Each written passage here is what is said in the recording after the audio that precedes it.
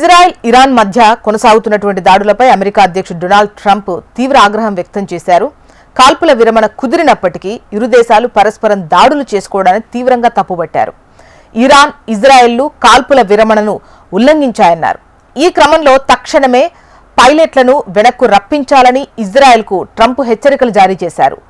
Israel బాంబులను వెయ్యొద్దు, అలా చేస్తే అది తీవ్ర ఉల్లంఘనే, మీ పైలట్స్ను తక్షణమే వెనక్కు రప్పించండి అని డొనాల్డ్ ట్రంప్ అన్నారు. ఇక ఇజ్రాయెల్ తరపున ఇరాన్పై ఇటీవల దాడులు చేసిన ట్రంప్ గత 2 వారాల్లో మిత్ర దేశానికి ఇలా సూటి హెచ్చరికలు చేయడం ఇదే తొలిసారి.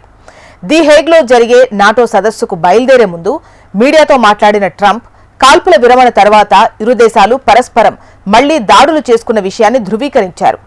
ఇరాన్తో పాటు ఇజ్రాయెల్ కూడా కాల్పుల విరమణను ఉల్లంఘించింది. ఇజ్రాయెల్ చర్యల పట్ల నేను సంతోషంగా లేను, టెల్ అవీవ్ శాంతించాలి, అదే నేను కోరుకుంటున్నా అని స్పష్టం చేశారు. కొన్ని గంటలకే ట్రంప్ మరో ప్రకటన రిలీజ్ చేశారు. ఇరాన్పై ఇజ్రాయెల్ దాడులు చేయబోదు అన్నారు. అన్ని విమానాలు తిరిగి వెనక్కి వచ్చేస్తాయన్నారు. కాల్పుల విరమణ కొనసాగుతుందని, ఎవరికీ గాయాలు కాలేదన్నారు.